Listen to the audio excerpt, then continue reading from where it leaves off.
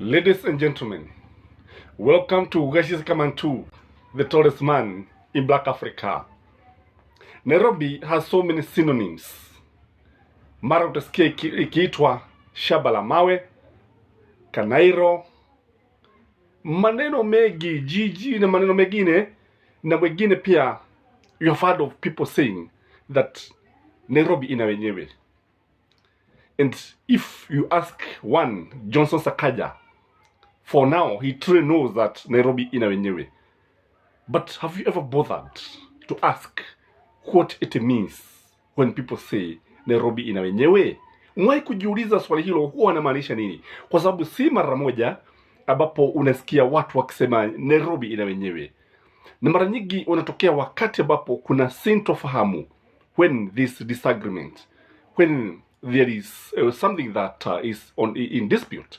That is when you find people say Nairobi ina wenyewe.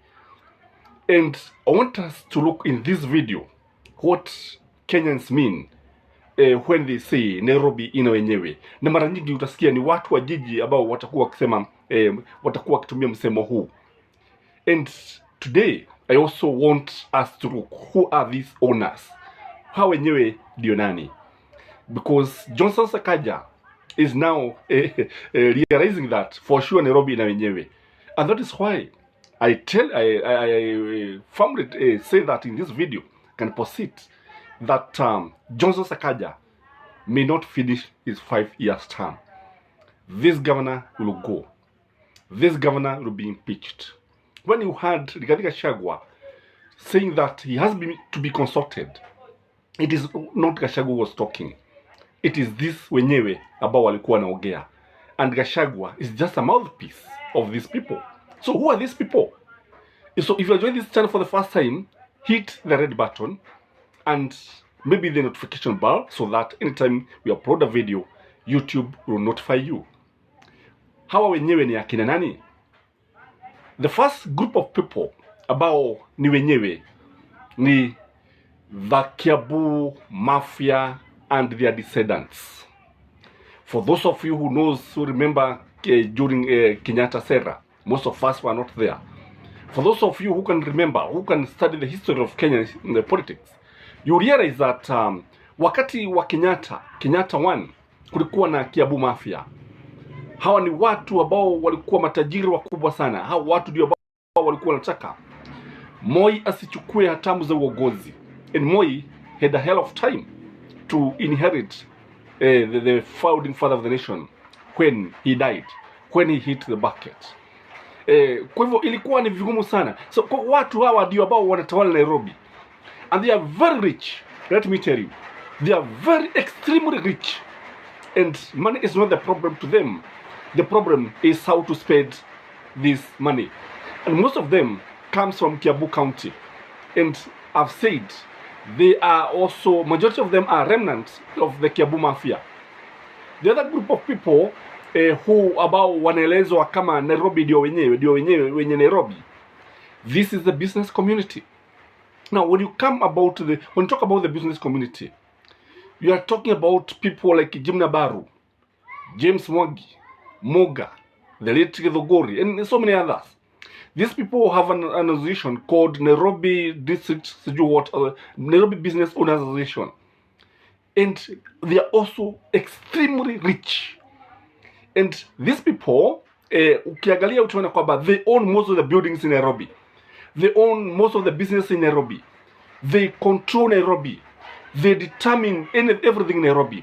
They say what is going to happen in Nairobi and it happens. And these people are real. And these people, interest comes first. They have no interest of the nation. The interest is to feed their stomach. And the other group of people is Nairobi Matatu Owners Association. And these are the people that Sakaja was trying to drive out of Nairobi, CBD. Akaona moto. And I'm telling you, these are also very, very powerful people.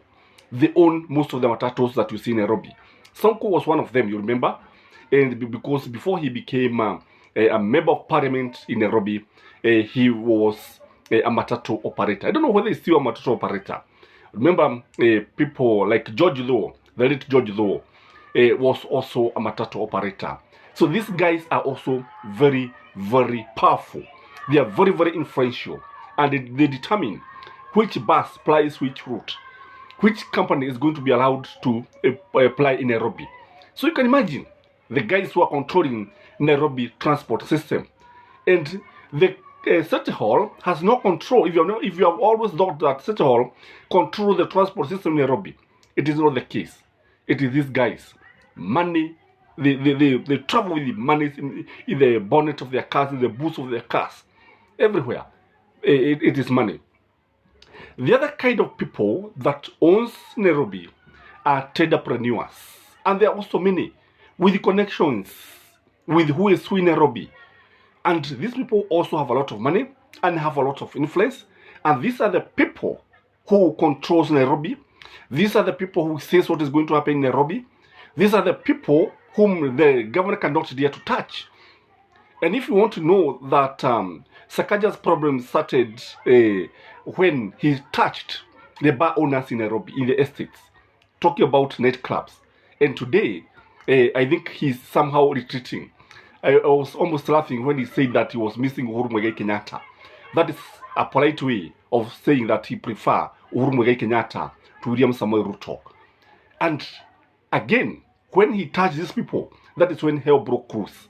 And now people can know when we talk about Nairobi na yenyewe, these are the people that we are talking about.